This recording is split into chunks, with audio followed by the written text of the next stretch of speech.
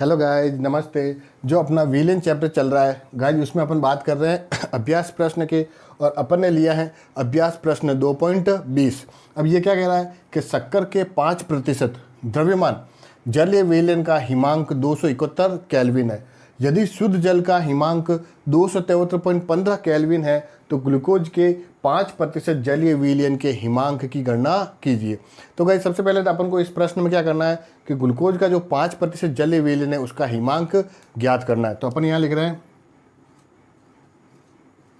Glucose के जलीय विलयन का हिमांक। अब गाइस, इसको अपन प्रदर्शित करते हैं TF से। तो वो TF क्या करना है, आपको ज्ञात करना है। अब इसके लिए आपको क्या कर रखा है, ग्लूकोज का 5% जलीय विलयन दे रखा है। अब इसका मतलब क्या हुआ, तो देखो यहाँ पर जो ग्लूकोज का 5% जलीय विलयन, एक्चुअली ये इसका क्या दे रखा है, द्रव्यमान प्रतिशत दे रखा है। ठीक है, तो अपन यहाँ पर लिखते हैं नेक्स्ट, ग्लूकोज का द्रव्यमान प्रतिशत वो कितना दे रखा है आपको, 5%। अब इसका मतलब क्या हुआ, तो गाइज कोई भी आपके विलेन होता है वो विलेन दो चीज़ों से मिलकर बना होता है, एक तो विलेय और एक आपके विलायक। अब यहाँ पर आपके विलेन किसका है, ग्लूकोज का। तो अपन बोलते हैं ग्लूकोज का विलेन, ग्लूकोज का विलेन ये किससे बना है, एक तो विलेय। अब गाइज यहाँ पर विलेय कौन है, आपके ग्लूकोज, प्लस दूसरा आपके विलायक। और गाइज यहाँ पर विलायक कौन है, आपके जल। तो अपन बात करें कि ग्लूकोज का विलयन का द्रव्यमान, ग्लूकोज का विलयन का द्रव्यमान, तो वो क्या हो जाएगा, विलेय का द्रव्यमान प्लस विलायक का द्रव्यमान।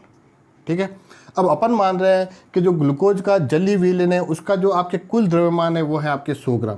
कितना है, 100 ग्राम। तो इस 100 ग्राम में से आपके जो विलेय बोले तो ग्लूकोज है वो कितना है, 5% बोले तो 5 ग्राम, प्लस तो देखो टोटल है 100 ग्राम, उसमें से 5% बोले तो 5 ग्राम क्या है, विलेय है।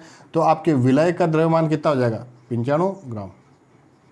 ठीक है, तो इससे अपन को क्या मिल गया, विलेय, विलायक और ग्लूकोज के विलयन का द्रव्यमान मिल गया। अब इस प्रश्न में दे रखा है शुद्ध जल का हिमांक। तो अपन यहाँ पर लिखते हैं शुद्ध जल का हिमांक। अब अगर कोई भी आपके शुद्ध अवस्था में है तो उस कंडीशन में उसके हिमांक को अपन प्रदर्शित करते हैं TF0 से। तो उसका मान कितना दे रखा है, 273.15 केल्विन। ठीक है, अब अपन को क्या करना है ग्लूकोज के जलीय विलयन का हिमांक ज्ञात करना है। तो अब ये कैसे करेंगे, तो इसके लिए जो अपन कंसेप्ट काम में लेते हैं वो काम में लेते हैं अपन हिमांक के अवनमन से। तो अपन बोलते हैं हिमांक के अवनमन से। अब हिमांक के अवनमन से आपके सूत्र ये होता है डेल्टा TF बराबर TF0 माइनस TF। तो गाइज इसमें TF तो ज्ञात करना है, TF0 का मान आपको दे रखा है। अब डेल्टा TF, तो क्या इसमें डेल्टा TF का मान दे रखा है, नहीं दे रखा है। तो डेल्टा TF का मान अपन कैसे ज्ञात करेंगे, तो गाइज डेल्टा TF का मान ज्ञात करने का ये तरीका होता है, डेल्टा TF बराबर KF इंटू स्मॉल m, छोटा m।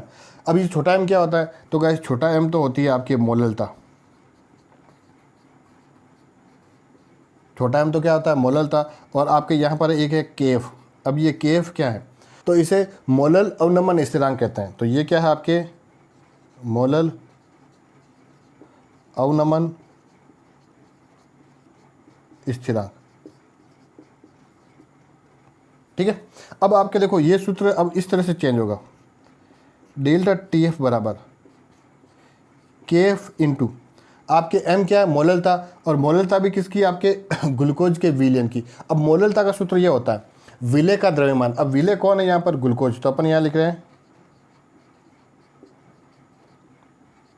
ग्लूकोज का द्रव्यमान इंटू 1000 बटा विलेय का अणुभार। अब विलेय कौन है, ग्लूकोज। तो अपन यहाँ लिखेंगे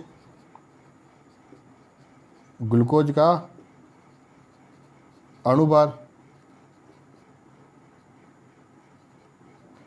इंटू विलायक का द्रव्यमान इंटू विलायक का द्रव्यमान, और वो भी किस में, ग्राम में। ठीक है, तो यहाँ पर देखो ग्लूकोज का द्रव्यमान आपको पता है, विलायक का द्रव्यमान पता है, अब ग्लूकोज का अणुभार पता नहीं है, तो ग्लूकोज का अणुभार अपन उसके ग्लूकोज के अणुसूत्र से निकाल सकते हैं। अब गाइस ग्लूकोज का अणुसूत्र क्या होता है, तो देखो ग्लूकोज का अणुसूत्र होता है आपके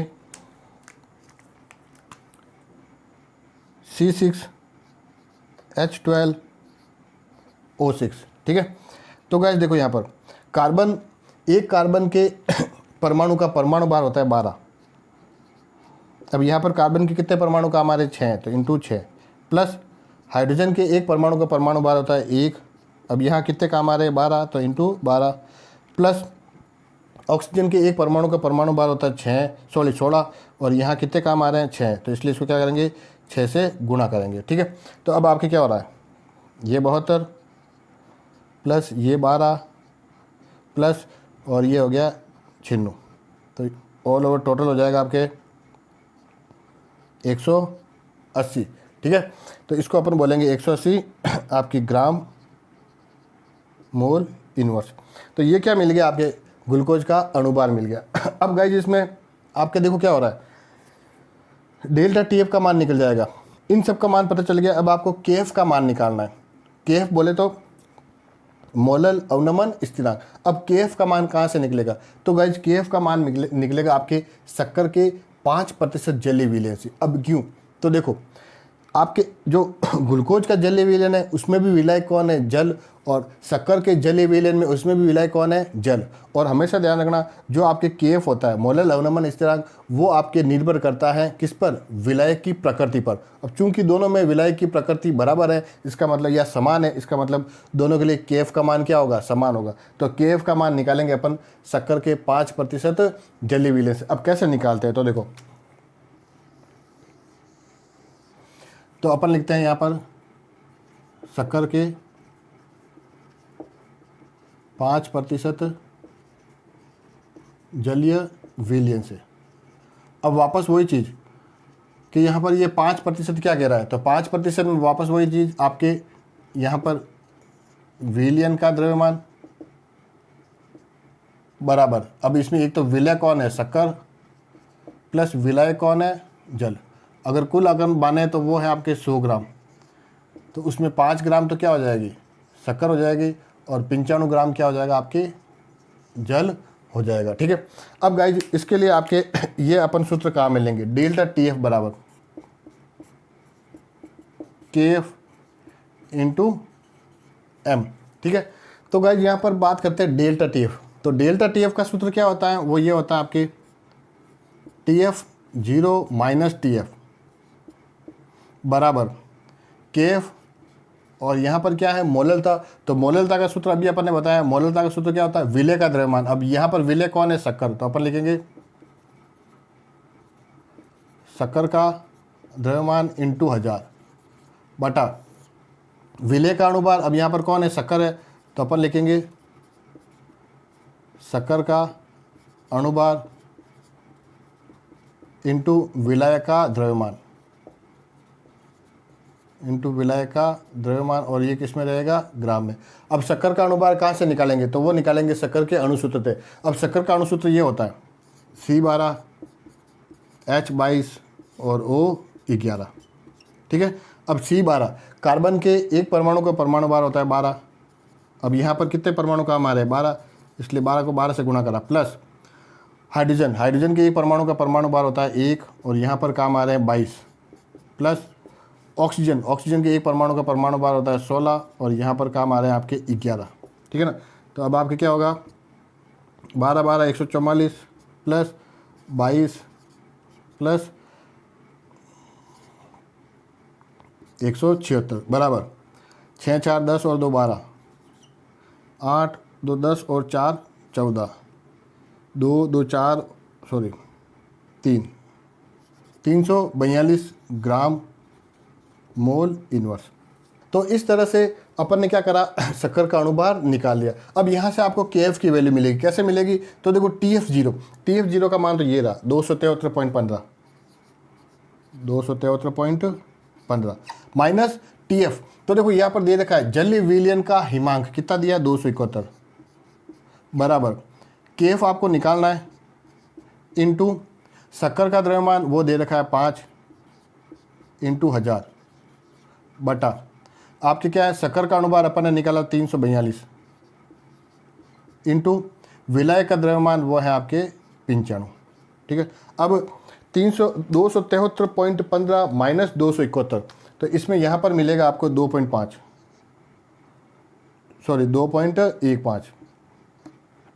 बराबर केएफ इंटू, ठीक है, 5 इंटू 1000 बटा 342 इंटू 95। अब गाइज आपको क्या करना है, इसमें वज्र गुणा करना है, ये इससे गुणा हो जाएगा और ये नीचे आ जाएगा और केएफ आपके मिलेगा। तो केएफ बराबर क्या मिला, केएफ बराबर 2.15 इंटू 342 इंटू 95 बटा 5 इंटू 1000। ठीक है, तो गाइज यहाँ पर जब अपन जोड़ भागी गुणा भाग करेंगे तो आपको केएफ का उत्तर मिलेगा 13.97 केल्विन किलोग्राम मोल इनवर्स। तो इस तरह से अपन को केएफ का मान मिल गया। अब गाइज वापस यहाँ आते हैं कि डेल्टा टी एफ बराबर केएफ इंटू ग्लूकोज का द्रव्यमान इंटू 1000 बटा ग्लूकोज का अनुभार इंटू विलायक का द्रव्यमान। तो इस सूत्र में जब अपन केएफ का मान रखेंगे तो यहाँ से अपन को क्या मिल जाएगा, डेल्टा टी एफ का मान मिल जाएगा। तो अपन लिखते हैं डेल्टा टी एफ बराबर केएफ इंटू ग्लूकोज का द्रव्यमान, ग्लूकोज का द्रव्यमान इंटू 1000 बटा ग्लूकोज का अणुभार इंटू विलायक का द्रव्यमान, विलायक का द्रव्यमान, और वो भी किसमें, ग्राम में। ठीक है, अब गाइज अपन क्या करेंगे, इसमें मान रखेंगे। तो मान रखने पर अब आपके ये होगा कि डेल्टा टी एफ बराबर केएफ का मान तो ये मिला 13.97 इंटू ग्लूकोज का द्रव्यमान। तो ग्लूकोज का द्रव्यमान आपके यहाँ पर देखो, ग्लूकोज का द्रव्यमान 5 ग्राम इंटू 1000 बटा